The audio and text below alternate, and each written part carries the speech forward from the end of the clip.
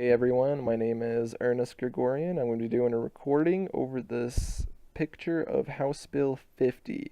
This is the bill that I decided to report on. There's a tiny bit of information on here, but it's not really a lot, I guess. Um, Basically, House Bill 50 sets regulations for prescription of opioids. Right now, the federal standard is set to 30-day prescription. But this is proposed to change it to about 7 days or a week. I want to talk about some statistics for opioids because I think it's important to kind of know what's going on.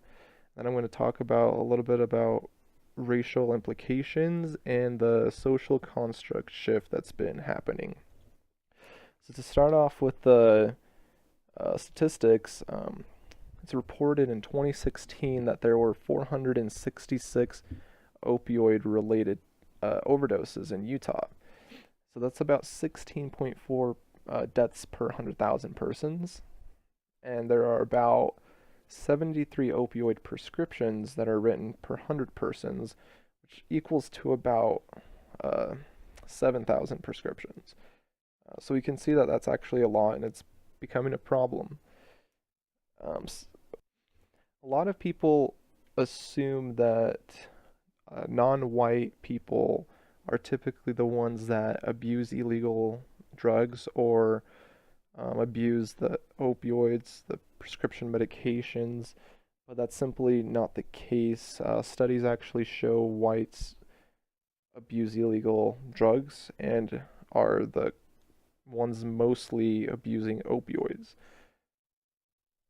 I think one problem with that, or one reason for that, is because doctors unconsciously are more cautious when they prescribe narcotic prescriptions to non-white people, but might just not be as cautious for white people. So from some research that I found, basically policymakers are kind of trying to figure out what they can do to decrease the number of opioid related deaths. And years ago, it was decided to kind of make arrests for people who are using illegal drugs. But that doesn't seem to be working right now because what we got was a war on drugs. I was looking at an article from NPR, and one of the policymakers, I guess, mentioned that this is becoming more of a problem and something they need to solve, maybe unconsciously, because it's more of a disproportionately white issue. So we have to come up with more ways to try and fix it.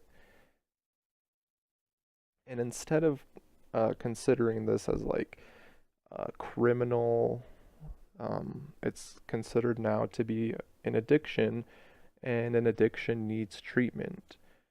So a lot of people are going to try and seek treatment for these problems, but I believe one of the main issues is they might still fear for the criminal charge aspect of how this works, and could potentially not seek any treatment from the fear of being arrested. The way I see it is you need to just figure out a way to prevent this from even happening, to prevent the addictions in the first place. And I believe that House Bill 50 would be a good way to get that going.